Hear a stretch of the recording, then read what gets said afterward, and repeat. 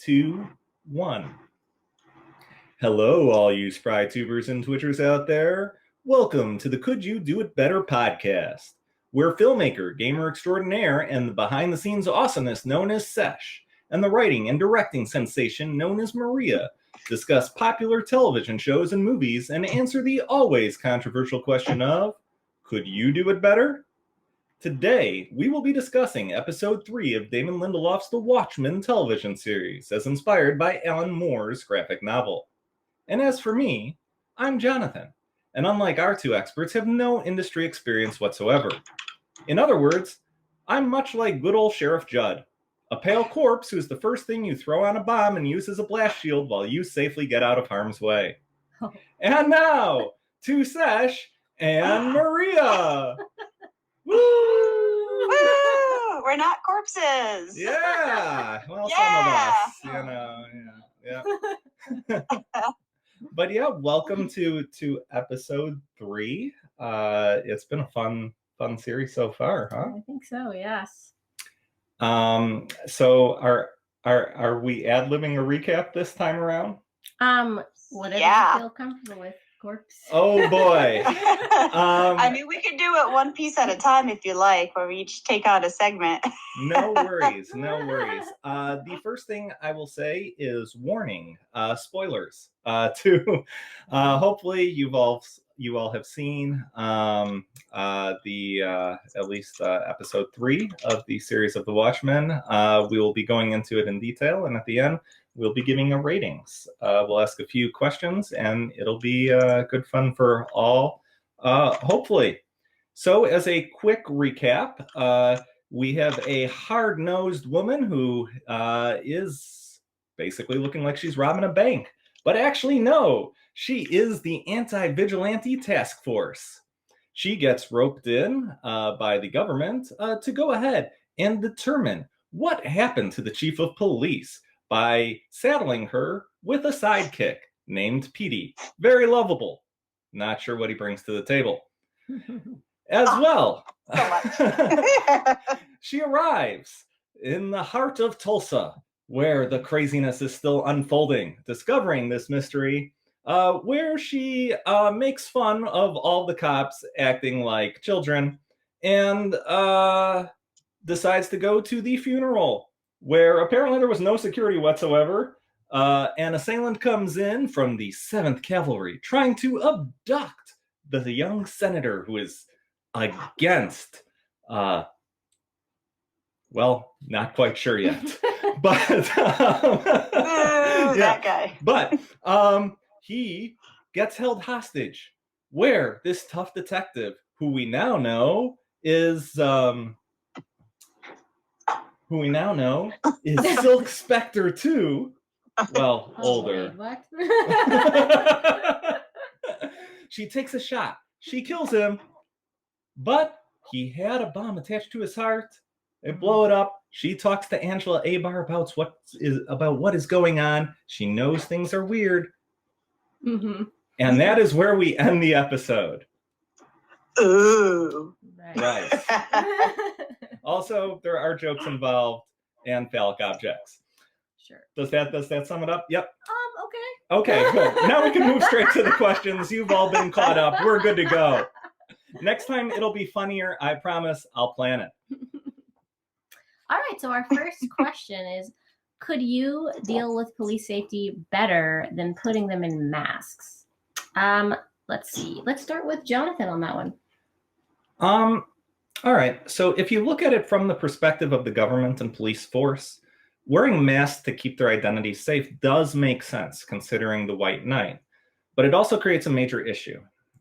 And quite simply, it's that wearing masks dehumanizes both the person who's wearing the mask and everyone that person sees.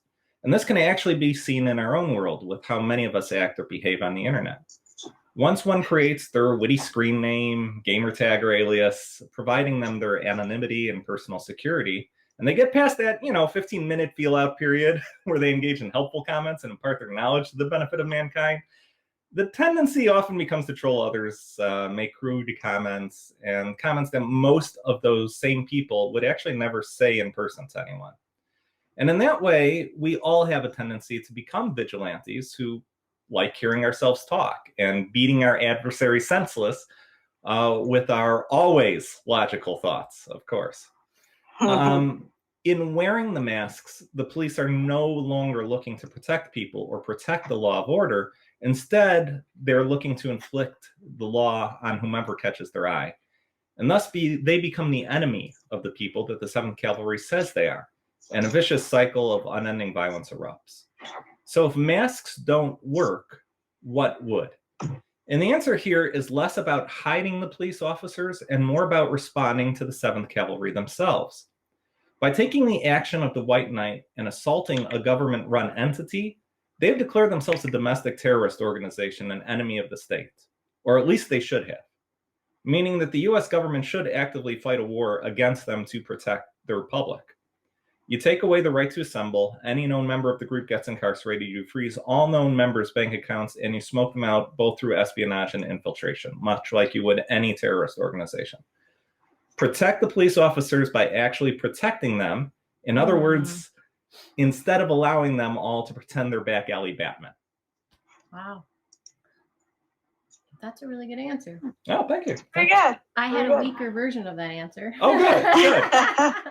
So, I guess I'll go next. I can't remember how we went last time, but okay. So, That's only first. That's the test dummy. So I think police safety is tricky. I'm not sure how people keep police safe in this reality as opposed to that one. I think masks are a bit silly, but I understand the need for them in this universe. It's not just for privacy, but for giving the police a sense of invincibility, ability to fight without fear. That's interesting psychologically. However, like you said, that anonymity can turn a person into a monster. So, well, I don't have to be me anymore. I'm untethered. I can go whack anybody. So I think the danger to the police is still there just from an enemy within. I think the questions should be, why is the cavalry attacking and killing police? Police aren't all bad. I mean, they provide society, even the cavalry, with protection, allegedly, So if they're doing it out of racism, then why not attack everyone of a different color? What is the cavalry after? So are they afraid that the police will find something they're up to? So much like you said, I think the police shouldn't have to change their entire way of doing things over a hate group. I would say the police should relocate their families to a military compound until the reason behind the attacks are sussed out. And then even though that would be big, it's not impossible. Who would be filling in for the police in that capacity if they were to do that for years? Well, what I'm saying is their police are still going to be policing, but their families will be living. Oh, their families. Gotcha. Yeah. So they don't have to worry about that. All right. So interesting. Sash, what are you thinking? So I think dramatically, I think it's a really fantastic way to show the nuance and complications of an American police force and how our timeline compares to, I'm calling it the Watchmen verse. No, I don't think it would answer most of the problems we have with police violence, namely. I think it might embolden them to be more violent, actually. And I wonder if the White Knight was actually the excuse needed to finally give the cops masks, just like the vigilantes. That was one of my ideas there. I think it's I don't think it's a great solution either. Like the anonymity the masks provide isn't the same as what should actually be happening with all of the police officers. Maybe it is, but we haven't seen it yet. But do all of the cops have cover story fake jobs like Angela does? Has that been established? Because that would be something that they could find out. It's they're a cop, even if they don't know which one might live where. They could still find out if they knew names, or just if you're on the job and wearing a mask, that's different. And they haven't really said that they went as far as that. And they've just covered the officers' faces as if that would have prevented the White Knight. And I'm waiting to see if they do mention how far they go to actually protect the police identities. I don't know if we'll see that, because so far the police officers themselves are not a huge part of the story as far as our main characters go. I also wonder if in this world there's different racial violence and tensions between police and people. Like the police force in Watchmen, maybe it's properly diverse, and maybe that's why the white supremacist group is a threat to them. It'd be interesting. It's an interesting type of twist I'd like to see and kind of expect in Watchmen-verse. But the other fun thing is that them wearing masks in the Watchmen world shows how the police have more in common with the cape fighters and the civilians. It's blurring the line without needing to show us more details than that. It's implied with them just wearing the masks. And this highlights the completely polarizing views of our new protagonist, Laurie Blake, who is not about hiding behind a mask anymore. Wearing masks equals brilliant for story, because look how much I've been able to talk about it already. Yeah, that was good. Solid. That was good. Yeah. All right, so our next question is, could you lead an anti-vigilante task force better than Laurie Blake? I.e., could Laurie Blake have handled the funeral hijacking a little better? Jonathan? You know, I don't care what anyone says. Laurie's a freaking rock star. I mean, it is beyond hilarious that her whole basic philosophy of leadership can be summed down to shoot first and ask questions later. Now, some may question her methodology, but not I. It's a ton of fun just watching her in action, talking down to all the cops like they're young kids playing dress-up cops and robbers. As for the funeral, I actually think she handled the shooter okay. She saw an opportunity and took the shot, which is what you're supposed to do in that situation, quite frankly. You allow them to take a hostage, things get even worse. To find out that he actually did have the bomb set up to his heart is surprising and also very unlikely. However, upon shooting, she should have told everyone there immediately to clear the area. My real issue, though, is with the security at the funeral. I mean, you have to expect that there could be a secondary attack there, as all of Tulsa, including the expected killers, the 7th Cavalry, to know all the police officers are going to be there. I mean, how do you not have a perimeter search around the fence and around the grounds going on? While this likely isn't Laurie's jurisdiction at this point, she needed to, at the very least, ask questions about how security was going to be handled and give instruction as necessary. What went on was just so unnecessary had security been doing their job. And it almost makes it seem as though someone was paid off. Oh, and one final thing. It is very unprofessional to sleep with your direct reports. So while we do all love Petey, Laurie shouldn't be loving Petey. He is doing a great job. Servicing to the best of his abilities. Workplace romances cause issues. I don't think there was romance. Oh, man. Yep. So that's all for me. Okay, so I think Laurie Blake seems to be shooting from the hip and assuming she knows what to do because of her life experience. I think she shouldn't have let herself be known so fast. She should have been incognito, gotten all the documents on the issue, tried to find the cavalry people. I would have been hiding and watching the funeral from a distance. I would have let the scenario play out with the kidnapping and follow the kidnapper to see where he takes the politician. Only once I felt like I had a good handle on what everyone's motives are would I have started getting involved. Yeah. That's basically my take on it. Sash, what do you think? Yeah, I'm kind of torn between that and thinking she's doing a great job. I think it's kind of she's too gung-ho, but also she's like really, really skilled, and she's also really, really good at her job at the same time. I think it was smart of them they did have some security, but it definitely would have been smarter to have somebody like staking out the location to see if anything funny was going on nearby, because they did have like a little bit out front, and it was a very limited funeral, and it was like, you know, that stuff, but I obviously was not enough, and there should have been more. And like something we've seen with Angela is she is superhuman level of skilled at fighting and combat smarts. And I think even though we aren't introduced to Laurie's like fighting in this, I feel like she is superhero level, exceptionally skilled as a person too, especially at her job. It's extremely skilled, but I would say overly confident even, despite the skill, where she shows her hand too much. She reveals herself too much. I think she lets everyone know she's their enemy, which can lead to her failing, which probably doesn't happen too often, or I'm sure she wouldn't do it this way. But I think Angela is not most people. So her sidekick pick was perfect too. I love him. He's great. And her bringing him is already a great sign that she's good at what she does. And when Laurie confronts Angela in the tomb and Angela reacts with her sarcastic, ooh, I rewatched that like 3 times. I loved it so much. They're both so unafraid to stand up and show how fearless they are.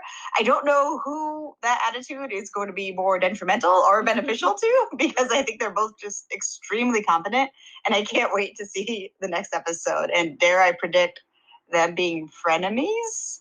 I hope they become more friends. Yeah, no, same here. The great dynamic. It was pretty fun watching it, and I know also for anybody who watched the movie, especially when it came to Laurie as Silk Spectre too. Yeah. I know there was a lot of disappointment there from the fans, so it was pretty impressive the job that they did in this episode and this series in general with really turning her into the second coming of the comedian, and embracing that side of her. She is smart in the show, and it is fun to watch. Yeah, it was surprising, the intro of her character and how witty she is, and it adds another level to the show. It's pretty nice. All right, so the much anticipated question of the night: could you tell a joke to Dr. Manhattan better than Laurie Blake? Which was an amazingly woven joke throughout the episode. All right. Let's start with Sesh. Okay.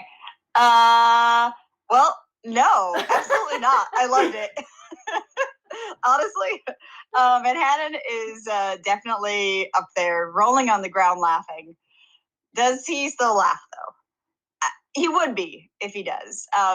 Anyways, I really love this because I felt like it gave great exposition in a creative way to the audience who weren't already familiar with the comics and the movie. And it confirms some things for the audience who have been wondering the differences in the story from what they're probably familiar with, which is most likely the movie. It shows Laurie as a person and her character and builds upon it along with the rest of the episode. It also got a great punchline because we understand Laurie so much by the end of it. It really shows what she thinks and sorry, I'm losing my face, and what her opinions are on the masked vigilantes. She really does feel like the not masked, not godlike people are the good ones who make a difference in the end. And that's what she's aiming to be now. She's in an interesting spot where she's been extremely disillusioned by the mask world and the quote unquote good that they do. And I love this perspective coming from her with a history of fighting crime in a mask herself. We've seen similar anti-masked superhero perspectives and other superhero stuff, but it's way more interesting when it's coming from a past masked crime fighter. And honestly, it's very smart story-wise to take a step back away from Angela when they did and let us see what else is going on, especially with another interesting character. I loved Angela's and Laurie's confrontation so much. Maybe I do have a Dr. Manhattan joke, and I just could not stop laughing at that ridiculous Manhattan dildo. Just look at her face.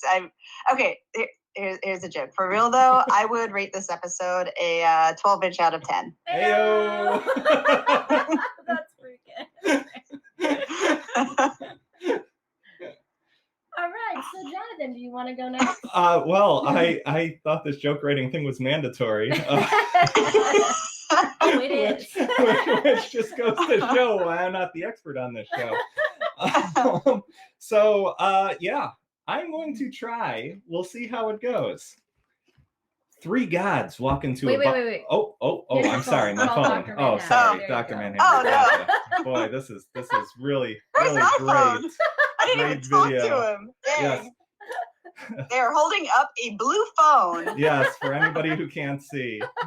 Excellent. Prop work. Woohoo! All right. 3 gods walk into a bar, arguing about which one of them is the one true god. They catch their breath just long enough to stroll up to the counter to order drinks, which the barkeep, ever obliged, hands them. The first god takes a long sip and drinks and says, just the way I like it, with the other 2 gods nodding in agreement while the barkeep stands towel in hand waiting for them to finish. The first god says, I am the one true god, for I am the god of intelligence. I know what all men are planning, and I can effortlessly coerce them to either do my bidding or have a giant psychic squid of my own making crush them like the bugs that they are. All capable of thought are my congregation, and I hold their strings. The second god just laughs, a big cigar hanging out of his mouth, and says, Ozzy, I knew you had an ego, but you're a straight-up loon. For I am the god of comedy, and everything here on earth is one big joke. Capable of thought or not, all people take part of the same sick joke, including you gods. The joke is that you think you hold all the strings, when really you're comedy's puppet. Ooh. The third god scoffs, righteous indignation on his face. And who has to step to the wretched wasteland, whose streets extend like gutters full of blood and excrement, when intelligence fails and the laughter dies out? Me, god of justice. I hold man accountable when they can't even account for themselves. I spit in the face of intelligence and laughter, for those are just excuses for the filth that is humanity. And with that, the god with the shifting face slams his glass down. The first god turns to the barkeep and says, You, boy, what is your thoughts on this? Come on, make it snappy. And with that, the 3 gods explode. The barkeep answers, A god asked me if he was the one true god, and to make it snappy, he wouldn't understand the answer. 12 minutes ago, 3 gods walked into a bar. Gods no longer exist. 12 seconds ago, I felt my fingers make contact. The barkeep begins clearing the empty glasses with the rag, as he was inevitably tasked to do, blue dong flailing in the wind. Good joke. Everybody laugh. Roll on snare drum. Curtains. Wow. That was epic. A true story. So epic. That was pretty good. Oh, thank you. Wailing in the wind. Wow. Yes. All right, here it goes. I'm gonna pretend to take a little drink.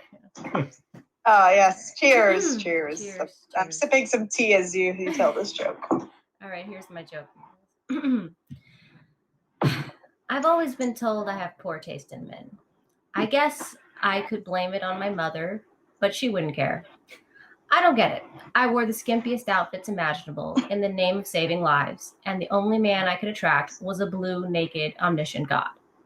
I tried telling my mom who I was dating, and she said he sounded more than a little egotistical.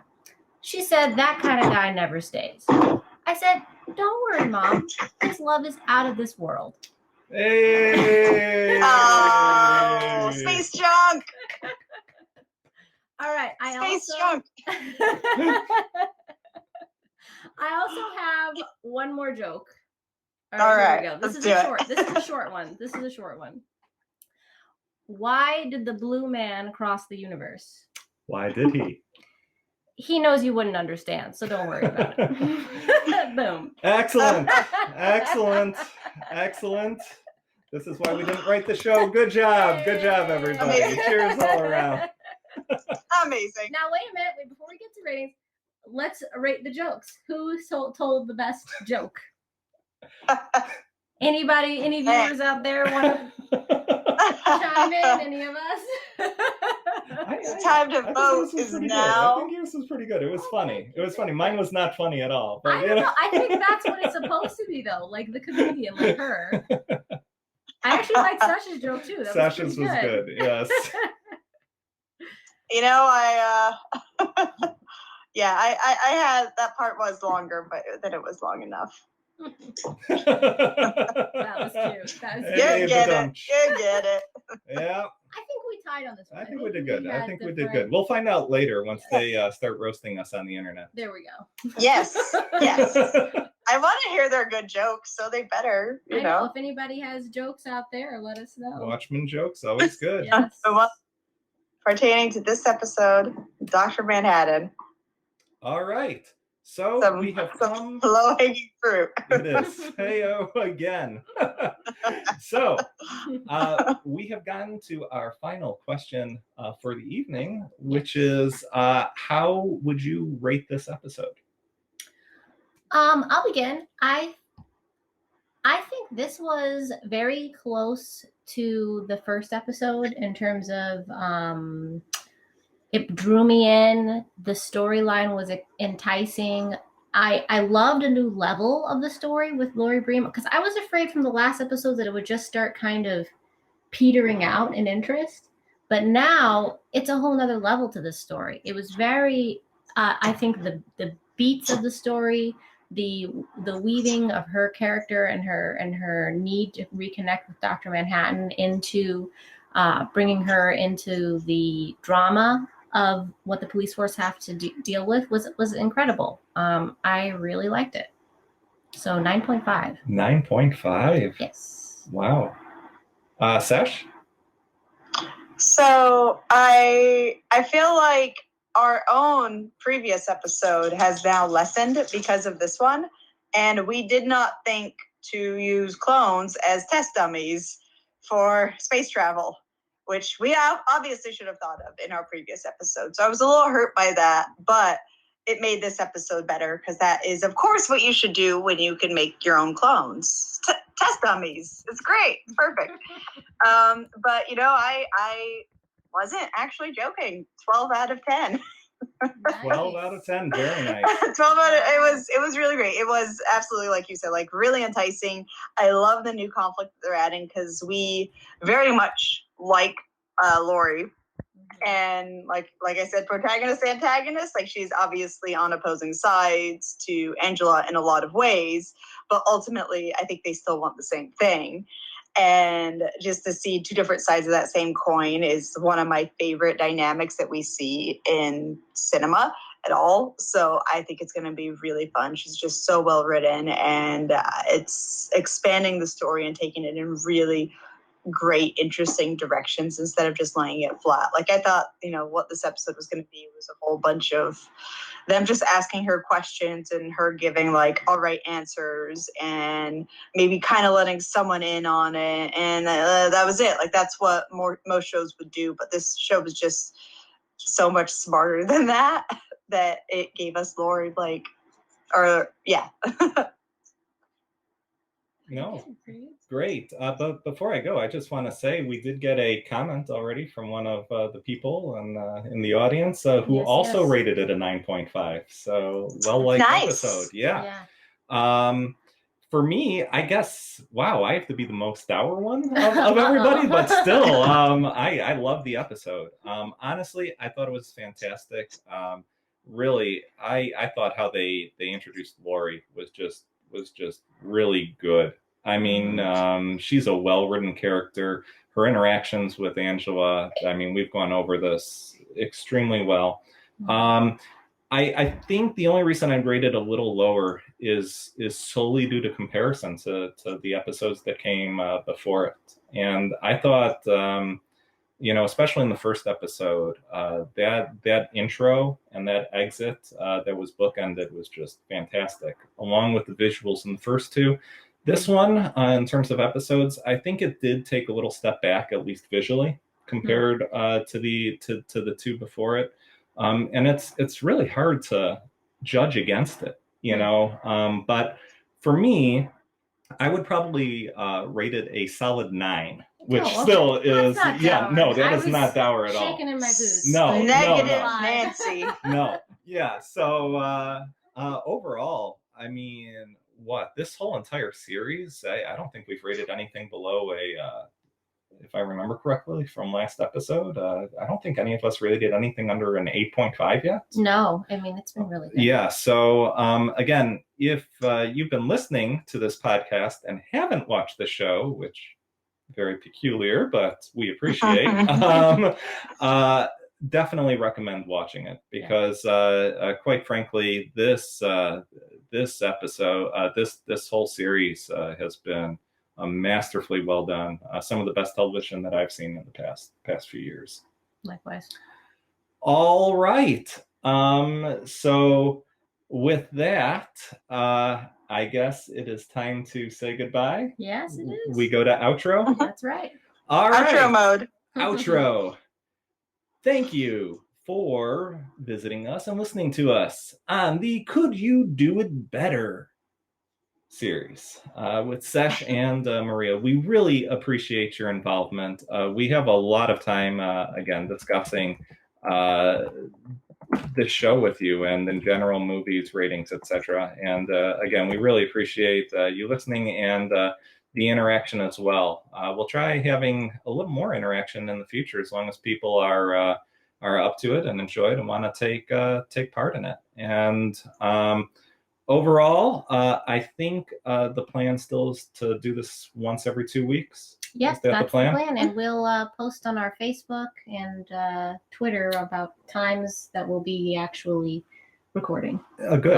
live. We did just get a question with where we're located. We actually are located in different locations. We have, well, our you can find us on Twitter and Facebook. Oh, that's smart. Yeah. I'm like, where is my physical location right now? Please go For the and people find me. listening to the podcast, you can't tell, but if you're watching the stream, you could clearly see the map right behind them. Yeah. We're in Westeros. Yeah, we're in Westeros right now. Anyway, though, thank you all very much. Episode 4 in 2 weeks. And if you liked what you heard, please share, like, and subscribe. If you didn't like what you heard, share, like, and subscribe twice, because that's what people who hate us should do to get their feelings across. Other than that, thank you so much, and see you in 2 weeks on Could You Do It Better? All Bye, right. guys. Bye, guys.